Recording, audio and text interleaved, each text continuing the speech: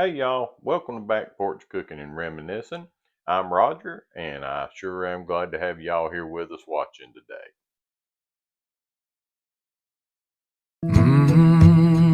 Yeah. Porch boards sway in a slow rhythm.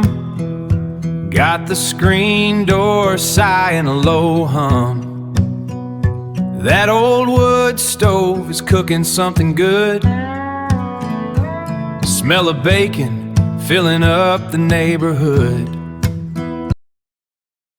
So y'all, in the last video that we did, I told you we were going to be doing a crock pot meal for our next recipe.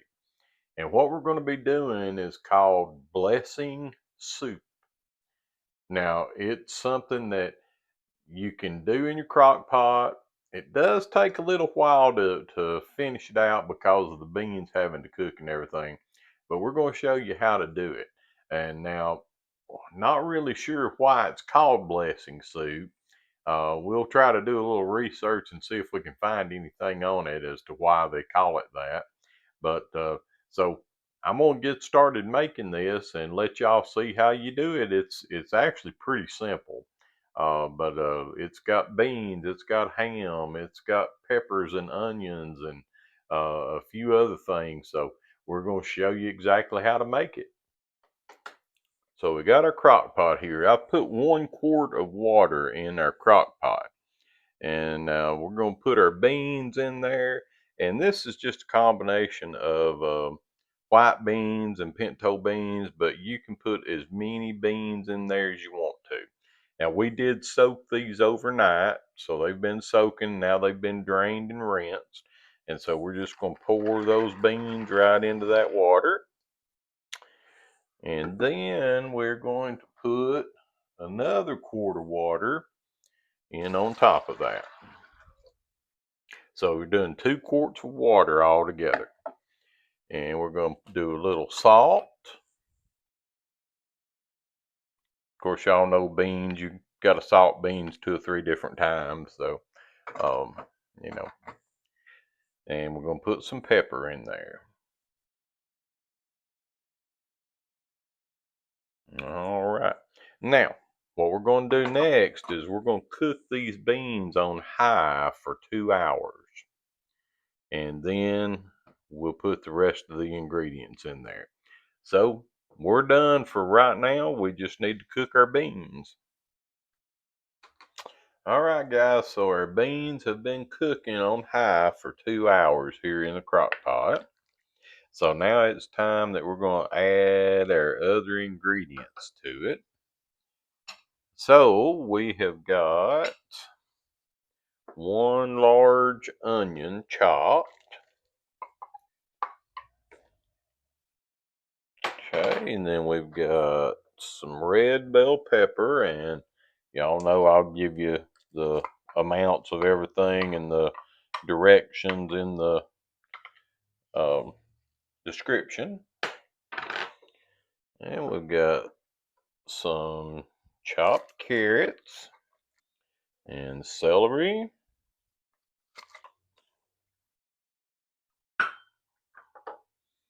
And a can of, we're using fire roasted diced tomatoes. Now you can use any kind of tomatoes you want to use. It's just, this is what we like to use.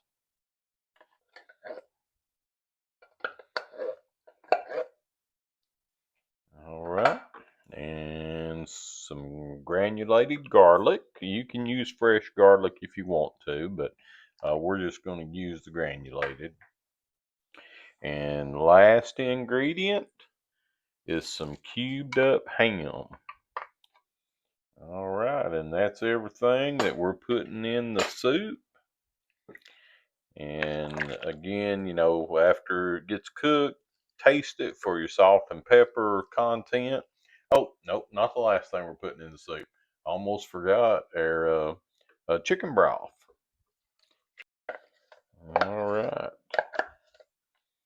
Now that was the last thing that we're putting in there. And you just want to make sure that everything's covered good with the water and the chicken broth. And now we're going to put this on high and let it cook for 4 to 6 more hours. We're going to make us some cornbread to go with it, and we'll be chowing down on it just as soon as we can. So while we're waiting on our soup to cook, and it's going to be several hours before it's going to be ready, Audrey has looked up some information on blessing soup. So I'm going to just read this to you, and then we'll get to our soup as soon as it's done. So, blessing soup. People call certain meals blessing soups because they represent a hot, nourishing meal provided to people experiencing hardship, and oftentimes there's a spiritual aspect associated with the soup because they view feeding the hungry as a spiritual mission of giving and receiving grace. Now, the other reason for blessing soup or behind blessing soup is the at home comfort aspect of it. Individuals sometimes use the phrase to describe a deeply comforting, healing, or hearty home cooked stew made with whatever is available, often viewed as a blessing when someone is sick or hungry. Audrey says that she don't know about y'all, but we have grown up eating this type of soup, and we never knew that it had any other name other than bean soup. So maybe we've learned a little something today. So little history lesson there. All right. So can't wait on this to get done because I'm looking so forward to getting me a bowl of it. Our blessing soup is done. It smells wonderful. It looks wonderful. And it's full of beans, ham, onions, peppers, celery, um, good looking stuff. So we're going to be getting us a bowl of that here in just a minute.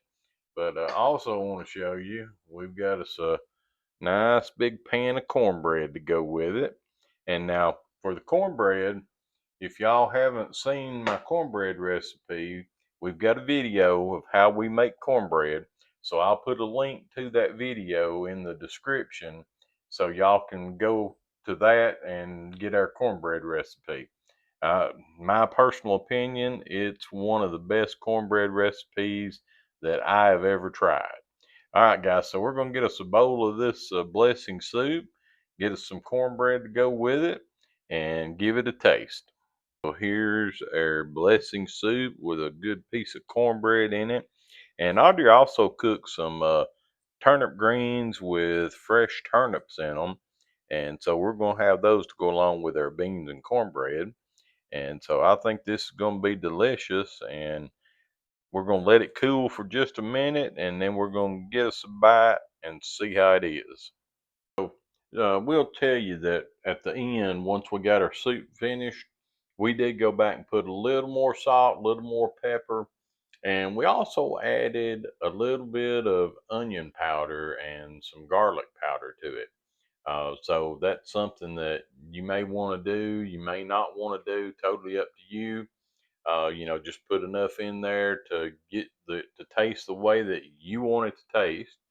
And so I'm gonna give it a try with the cornbread here. So here's a good big bite with some cornbread.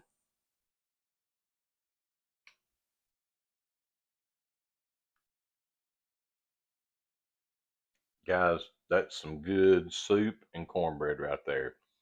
Um, the beans are tender, all the vegetables are tender. It's got a really good flavor. And of course, the cornbread obviously makes it even better. So, hope y'all will try this recipe. Make it for your family, share it with your friends, and remember, if you haven't already, hit that like and subscribe button for me. Click on that bell so you get the notifications. And I hope y'all will try this recipe and that you'll enjoy it because it really is good. And remember, I'll leave you that link in the description for my cornbread. So go check out the cornbread recipe. If you haven't got a good one, go check it out. It is a good recipe. All right, guys, we appreciate y'all being here. And we will see you here in a day or two with another video. And I think, don't hold me to it, but I think we're going to do a smoked, we call it bologna. Some people say bologna, but we're going to do a smoked bologna, and then we're going to fry that smoked bologna and put it on a hoagie bun, and it's going to be delicious. So we'll see you here in a few days.